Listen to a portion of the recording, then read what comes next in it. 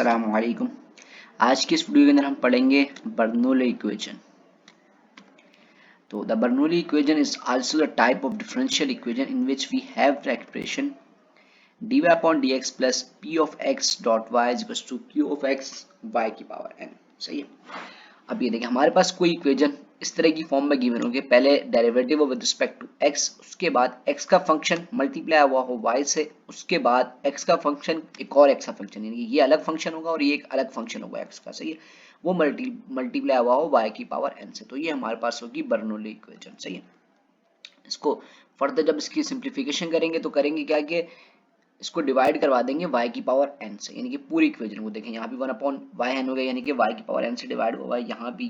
सही, तो फिर क्या होगा, इस y की पावर n से ये y की पावर n कैंसिल हो जाएगी, तो हमारे पास इक्वेशन कुछ इस तरह की आ जाएगी कि देखें यहाँ पे y की पावर n पॉजिटिव थी, इसको ऊपर भेज दिया, ये डिनोमिनेटर में जब पॉजिटिव वैल्यू हो उसको ऊपर भेज दें तो पावर नेगेटिव हो जाती है, तो यहाँ पे हो गई y की power minus n d y upon D x. और ये देखें यहाँ पे एक y की पावर मौजूद थी 1, फिर इस y की पावर को ऊपर भेजा तो पावर देखें माइनस होती ना, दोनों बेसिस सेम है, तो क्या हो जाएगी y की पावर माइनस एन, तो यहाँ पे हो गई y1 माइनस एन, और यहाँ पे yn से yn कैंसिल हो गया, तो हमारे पास कुछ इस तरह की इक्वेशन आ गई।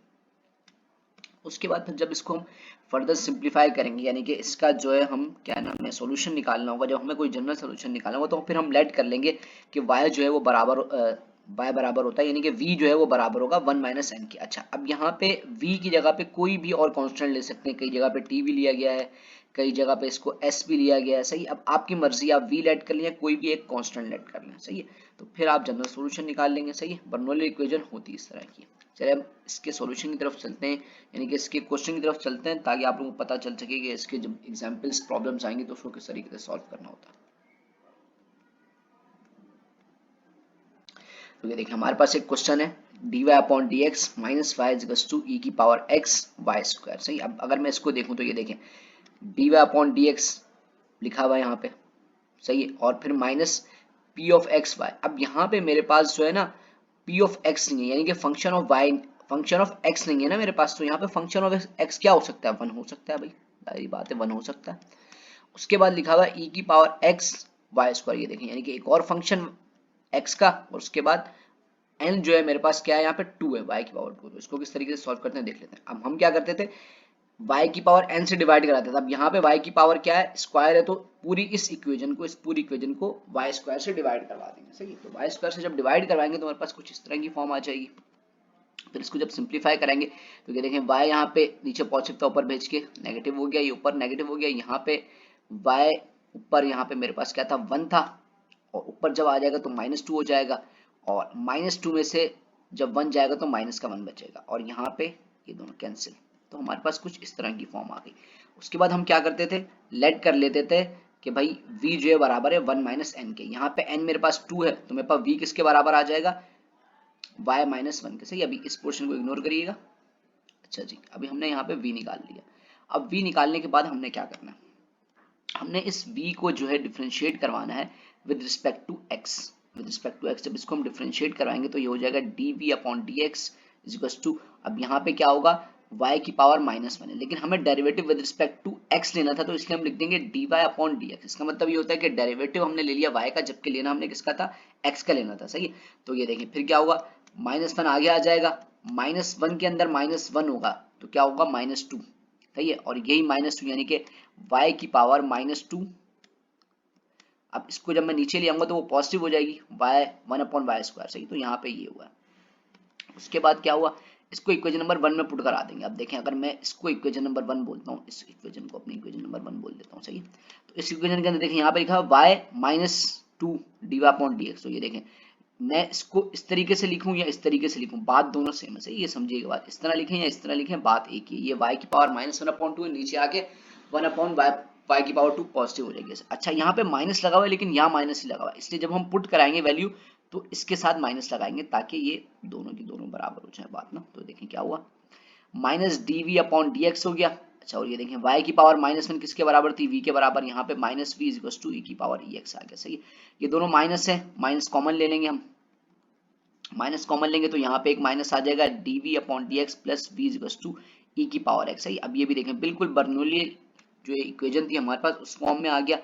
अब ये करेंगे हम इसका निकालेंगे इंटीग्रेशन फैक्टर निकालेंगे हम इसका ना। इंटीग्रेशन फैक्टर निकालते हुए क्या होता है, e की पावर को इंटीग्रेट कराते हैं p ऑफ x और dx। अब यहाँ पे p ऑफ x क्या है ये देखें, ये तो यहाँ पे फंक्शन ऑफ v आ गया, सही है, और ये dv अपॉन dx, यानी कि p ऑफ x जो होता है ना, यहाँ पे जो फंक्शन होगा x का वो होता है। अब यहाँ पे कुछ नहीं है तो क्या फंक्शन 1 है, तो इसलिए इसको 1 के रिस्पेक्ट से हम इंटीग्रेट करा देंगे तो हमारे पास ex आ जाएगा।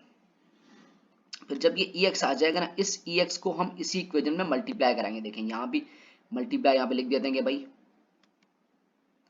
मल्टीप्लाई बाय ex, यानी कि e की पावर x से जो भी हमारे पास इंटीग्रेशन फैक्टर आएगा ना इन क्वेश्चंस के अंदर, उसको फिर हम इस इक्वेशन से मल्टीप्लाई करवा देंगे। ये देखें मल्टीप्लाई करा दिया। मल्टीप्लाई कराने के नतीजे में ये देखें कुछ इस तरह की फॉर्म मेरे पास मिलकर आई, ठीक है। ये जब दोनों मल्टीप्लाई होंगे तो e की पावर 2x हो जाएगा, क्योंकि बेसिस सेम है, पावर ऐड हो जाएंगी, x और x जब ऐड होंगे तो 2x हो जाएगा। उसके बाद यहाँ पे देखें, यहाँ पे क्या लिखा हुआ है, u v का डेरिवेटिव, फिर क्या लिखा हुआ है यहाँ पे v का डेरिवेटिव u। तो इसका क्या मतलब बनता है कि मेरे पास कुछ इस तरह की फॉर्म में लगा हो ना u डॉट v के, तो मैं क्या लगा दूंगा उसको d upon D x e x v is equal to minus e की पावर 2x, सही है। अब ये बात किसी को समझ में नहीं आई तो वो कमेंट सेशन में कमेंट करे, उसको मैं एक जनरल सॉल्यूशन भी सेंड कर दूंगा, सही है। अच्छा अब आगे चलते हैं। फिर इस इक्वेशन को आपने इंटीग्रेट कराना विद रिस्पेक्ट टू x। दरअसल वजह ये, हमें ना v की वैल्यू चाहिए, ये जो v है ना हमें इसकी वैल्यू चाहिए, ताकि हम जो हमारे पास y है, y क्या होता है आपका फंक्शन ऑफ x होता है ना, y आपका फंक्शन ऑफ x होता है, हम उसकी वैल्यू निकाल सके। इसलिए अब क्या करेंगे, इसको इंटीग्रेट करेंगे। इंटीग्रेट क्यों करा, ताकि ये डेरिवेटिव हट जाए और हमें v आजाद फॉर्म में मिल जाए, सही है, और v की हमें कोई ऑथेंटिक वैल्यू मिल जाए। फिर हमने क्या करना है, इसको जब हमने इंटीग्रेट करा दिया रिस्पेक्ट टू x से, तो यहाँ पे इंटीग्रेशन का साइन आया और तो ये डेरिवेटिव यहाँ से हट गया, क्योंकि डेरिवेटिव इंटीग्रेशन का इनवर्स होता है तो दोनों एक दूसरे को कैंसिल कर देते हैं। और यहाँ पे e की पावर 2x dx, अब e की पावर 2x का जो डेरिवेटिव होता है वो e की पावर 2x होता है, लेकिन शर्त ये होती है कि यहाँ भी 2 होना चाहिए, तो इसलिए 2 यहाँ पे मल्टीप्लाई करा तो 2 डिवाइड भी कराएंगे, इसलिए इसका आंसर आ गया माइनस का 1/2 e की पावर 2x प्लस c, सही। अब हमें v को आजाद करवाना है तो ex यहाँ पे मल्टीप्लाई हो रहा है, इधर भेज के हम डिवाइड करा देंगे। देखें जब यहाँ पे e की पावर x आके डिवाइड होगी तो उसके बाद c के साथ भी भाई e की पावर x आके क्या होगी, डिवाइड होगी, तो इससे एक 2 चलाएगा तो क्या बचेगा, e की power x plus c e की पावर माइनस ex इस तरह होगी क्योंकि c के नीचे अपॉन में थी ना e की पावर x, ऊपर भेज दी पावर को तो ये होगी माइनस x हो गई, सही। अब ये हमारे पास v की वैल्यू आ गई है, ठीक है।